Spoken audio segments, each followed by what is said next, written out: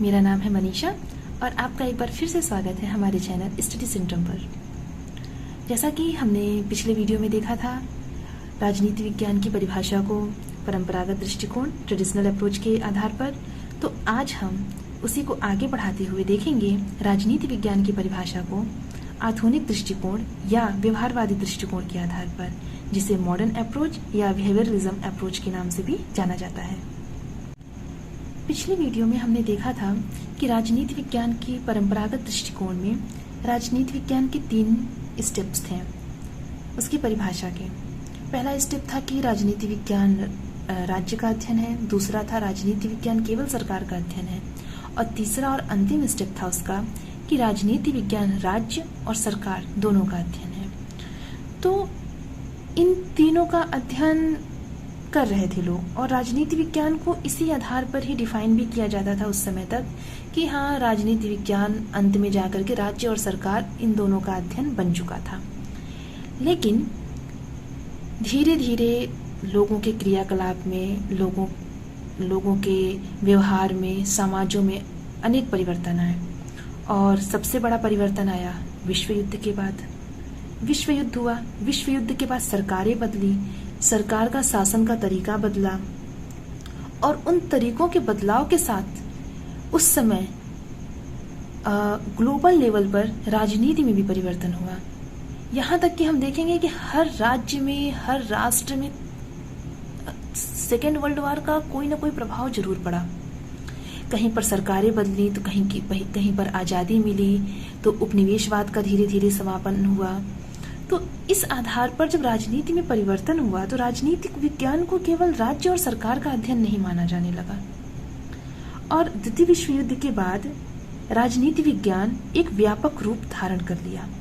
तो हम देखेंगे द्वितीय विश्व युद्ध के बाद, सेकेंड वर्ल्ड वॉर के बाद राजनीति विज्ञान की परिभाषा के संबंध में नवीन दृष्टिकोण का उदय हुआ, जो अधिक व्यापक और यथार्थवादी था। व्यापक मतलब विस्तृत, उसका स्वरूप बड़ा हो गया। यथार्थवादी का मतलब रियलिस्टिक, जो कि सिद्धांतों पर कार्य नहीं कर रहा था, जो वास्तविकता पर कार्य कर रहा था। जो चीज सामने है, जो चीज व्यवहार में है, जो चीज हमें दिख रही है, जो चीज हम अप्लाई कर सकते हैं, उन्हीं चीजों का अध्ययन राजनीति विज्ञान में किया जाने लगा। क्योंकि पहले की जो राजनीति विज्ञान थी वो सिद्धांतों पर कार्य कर रही थी, जो जरूरी नहीं था कि वो व्यवहार में अप्लाई की जाए।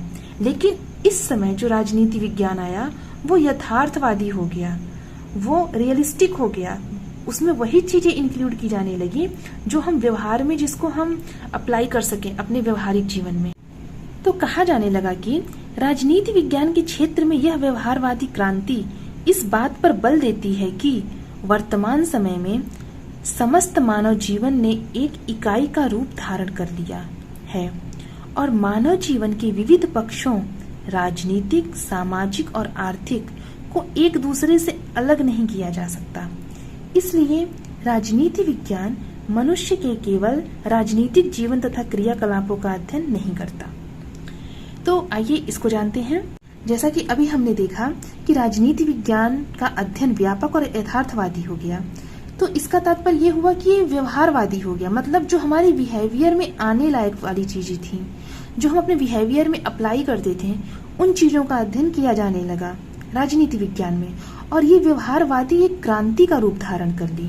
और इस क्रांति के बाद ये चीज सामने आई कि जो राजनीति विज्ञान में हम पहले राज्य और सरकार का अध्ययन करते थे, अब उन चीजों को नकार दिया गया, डिनाई कर दिया गया कि सिर्फ वही चीजें नहीं है राजनीति विज्ञान के अंतर्गत। राजनीति विज्ञान में मानव जीवन के राजनीतिक पक्ष का तो अध्ययन किया ही जाता था, साथ ही साथ उस मानव के जीवन के जो अन्य पक्ष थे, जैसे कि उसकी राजनीतिक पक्ष के साथ साथ उसका सामाजिक पक्ष, उसका आर्थिक पक्ष, यहाँ तक कि उसका जो धार्मिक पक्ष था, मतलब social, economic and religious, her aspect से उसका अध्ययन किया जाना स्टार्ट कर दिया गया।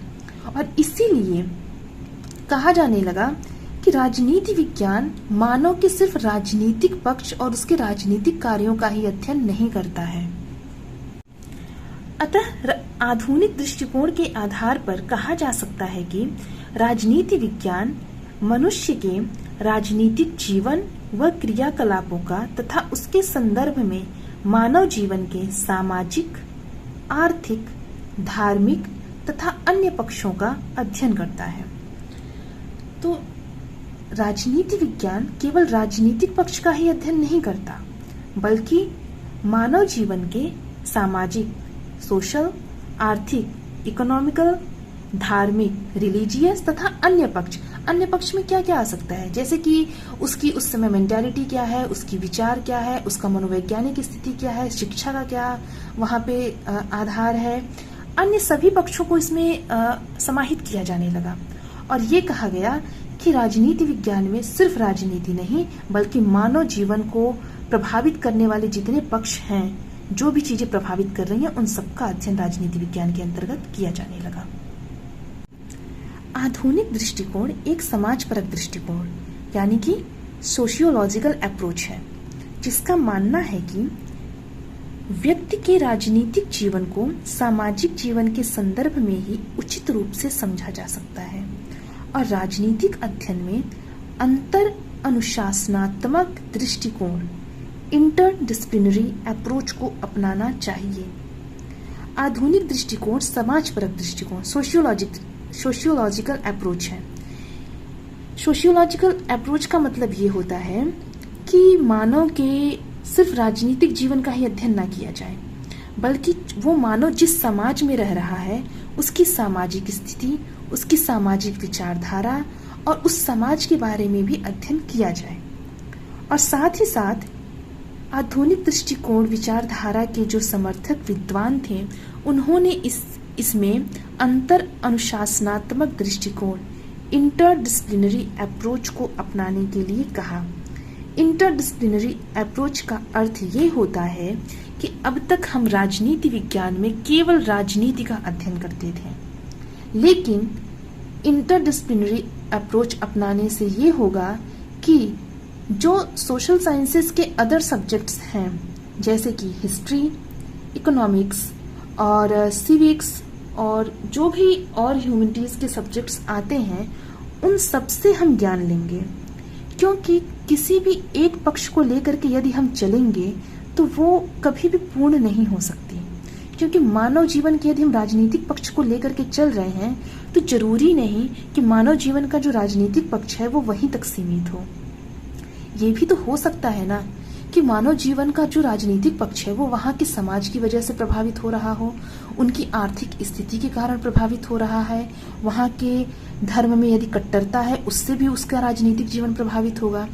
इसलिए उसके राजनीतिक जीवन को जानने के लिए हमें उसके अन्य पक्षों का भी अध्ययन करना पड़ेगा और अन्य जो अनुशासन होते हैं, जो डिसिप्लिन्स होते हैं, जो अन्य सब्जेक्ट्स होते हैं, उनसे भी हमें उन अच्छी चीज़ों को, उन जरूरी चीज़ों को उनसे लिया जाएगा। जिसमें इसके सबसे बड़े समर्थक थे कैटलिन।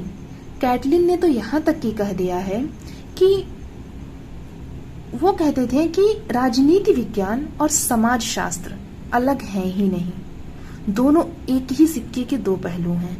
और उनके कहने का अर्थ ये था कि समाज शास्त्र के बिना राजनीति विज्ञान और राजनीति विज्ञान के बिना समाज शास्त्र का अध्ययन पूर्ण हो ही नहीं सकता। और Catlin, Max Weber, Lasswell, David Stern व हरमन हेलर, ये आदि ऐसे आधुनिक विचारधारा के विद्वान थे जिन्होंने राजनीति विज्ञान को शक्ति, प्रभाव, सत्ता, नियंत्रण, निर्णय और मूल्यों का अध्ययन बताया है। वो टाइम चला गया कि जब राजनीति विज्ञान राज्य का या सरकार का या फिर राज्य और सरकार का अध्ययन था। अब राजनीति विज्ञान शक्ति का, प्रभाव का, सत्ता का, नियंत्रण का, निर्णय का और मूल्यों का, वैल्यूज का अध्ययन है। क्योंकि अब सिर्फ सरकार और राज्य का अध्ययन नहीं किया जाएगा, अब उसमें मानव जीवन के प्रत्येक पक्षों को समाहित किया जाएगा। और जब प्रत्येक पक्षों को समाहित किया जाएगा तो उसका क्षेत्र व्यापक हो ही जाएगा। तो आधुनिक विचारकों की कुछ परिभाषाओं के बारे में आइए देखते हैं। उनमें से कैटलिन जो थे, उन्होंने कहा है कि राजनीति विज्ञान शक्ति का विज्ञान है, मतलब political science is a science of power. उन्होंने तो सीधे सीधे कह दिया है कि राजनीति विज्ञान शक्ति का विज्ञान है। शक्ति के आधार पर ही राजनीति विज्ञान का निर्माण होता है और शक्ति के आधार पर ही, शक्ति के प्रभाव से ही राजनीति विज्ञान का संचालन होता रहता है। हेराल्ड लॉसवेल और कैपलान ने परिभाषा दिया है अपनी पुस्तक पावर एंड सोसाइटी में। उन्होंने ये परिभाषा दिया है कि एक अनुभवी खोज के रूप में राजनीति विज्ञान शक्ति के निर्धारण और सहभागिता का अध्ययन करता है। शक्ति का निर्धारण यही हुआ कि राजनीति विज्ञान में यदि हम राज्य सरकार को छोड़ करके बाकी अन्य सभी पक्षों का अध्ययन करेंगे तो उन पक्षों में उसके सामाजिक, आर्थिक, धार्मिक, अन्य सभी पक्ष समाहित होंगे और उन पक्षों के संचालन के लिए, उनके नियंत्रण के लिए शक्ति की आवश्यकता होती है। इसलिए शक्ति का भी निर्धारण किया जाता है और सहभागिता का अध्ययन किया जाता है। तो हमने देखा ना कि कैटलिन ने कहा था कि समाजशास्त्र के बिना राजनीति का अध्ययन संभव नहीं है। तो अगर समाज में व्यक्ति रह रहा है, उसका कोई राजनीतिक जीवन है अगर व्यक्ति का, तो वो समाज का सहभागी अंग है, वो सहभागी है समाज में। तो इसीलिए राजनीति विज्ञान शक्ति के निर्धारण और सहभागिता का अध्ययन करता है। Political science as an empirical inquiry is the study of the shaping and sharing of power. ये statement Harold D Lasswell and Abraham Kaplan ने अपनी बुक पावर एंड सोसाइटी में दिया है। और एक प्रसिद्ध विचारक हैं हर्बर्ट जे स्पिरो। इन्होंने कहा है कि राजनीति वह प्रक्रिया है जिसके आधार पर मानव समुदाय अपनी समस्याओं को सुलझाने का प्रयत्न करता है। तो हमने यहाँ पे क्या देखा? मानव समुदाय अपनी समस्याओं को सुलझाने का प्रयत्न करता है। तो जरूरी तो ये नहीं कि समस्याएं केवल राजनीतिक हों, वो समस्याएं सामाजिक हो सकती हैं, वो समस्याएं धार्मिक हो सकती हैं, आर्थिक हो सकती हैं, शिक्षा से जुड़ी हुई समस्या हो सकती है, उनकी व्यक्तिगत कोई समस्या हो सकती है, परिवार से जुड़ी हुई। तो यदि वो समस्याओं को सुलझाने का प्रयत्न कर रहा है राजनीति के अंतर्गत, तो इसका तात्पर्य ये हुआ कि राजनीति विज्ञान में अन्य विषयों को भी समाहित किया जा रहा है। यदि सामाजिक समस्या है तो भी यदि वो राजनीति के आधार पर, राजनीति के अंतर्गत सुलझा रहा है, तो वो भी राजनीति का ही एक भाग हो रहा है। हर्बर्ट जे स्पिरो ने कहा है कि politics is the process by which community of human beings deals with their problems. तो अब इन कथनों के और इन सिद्धांतों के आधार पर हमने जाना कि राजनीति विज्ञान का आधुनिक दृष्टिकोण के आधार पर परिभाषा क्या कहता है। तो हमने जाना राजनीति विज्ञान का परंपरागत दृष्टिकोण और हमने जाना आधुनिक दृष्टिकोण के आधार पर राजनीति विज्ञान की परिभाषा।